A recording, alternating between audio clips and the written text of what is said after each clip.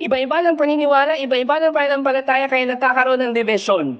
And in a way, maintindihan mo kasi iba-iba nga yung paniniwala. Maintindihan mo, iba. So we respect. Pero kaya may division.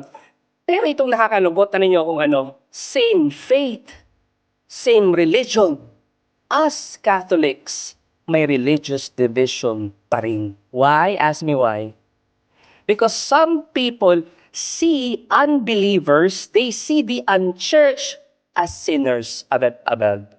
Yung tipong may nagsimba na naka-short shorts, tapos naka-plunging neckline ang baba-baba. Tapos yung iba, may makikita nakatato, ang dami-dami. Tapos sasabihin nila, ay makasalanan yan. Yung iba self-righteous na. Ang tingin sa kanila makasalanan. Ano yung nangyayari? Hindi na tuloy magsisimba. Ginudge mo eh. Binupo mo na sila na unholy. Pero di ba lahat naman tayo makasalanan? Here at the feast, we call to love the unchurched. Kahit sino ka pa, welcome ka dito. Ito po ang paniniwala natin.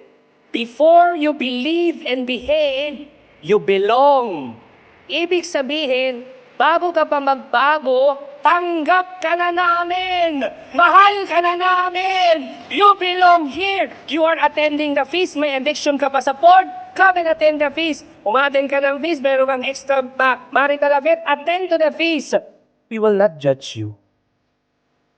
Because we love you.